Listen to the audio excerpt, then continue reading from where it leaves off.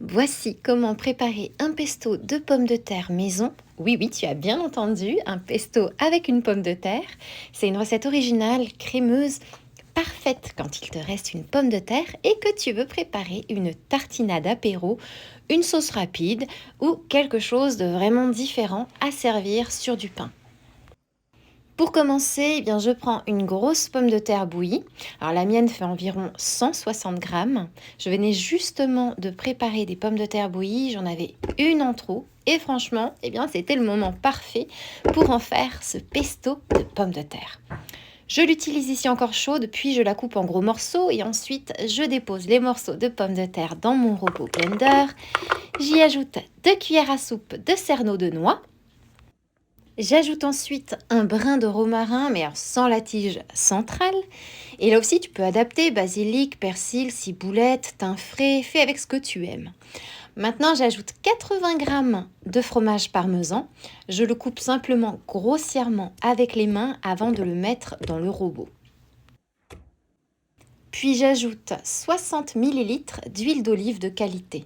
Alors dans une recette aussi simple, l'huile d'olive compte vraiment parce qu'elle apporte beaucoup de goût. Je commence ensuite à mixer en continu.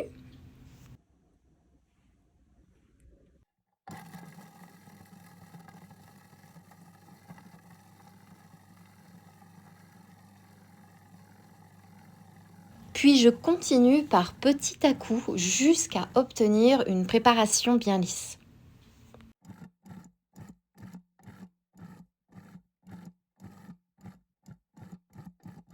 Et voilà, on obtient un pesto de pommes de terre vraiment surprenant.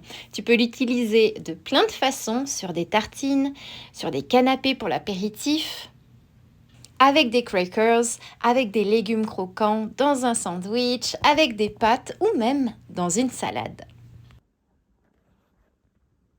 Et là, pour te montrer la texture, eh bien, je prends un morceau de ma baguette fait maison, je la coupe et je viens tartiner généreusement ce pesto de pommes de terre dessus.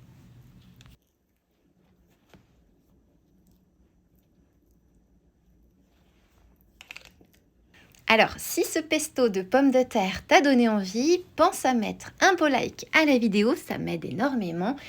Et en attendant, moi, il ne me reste plus qu'à te souhaiter une délicieuse dégustation.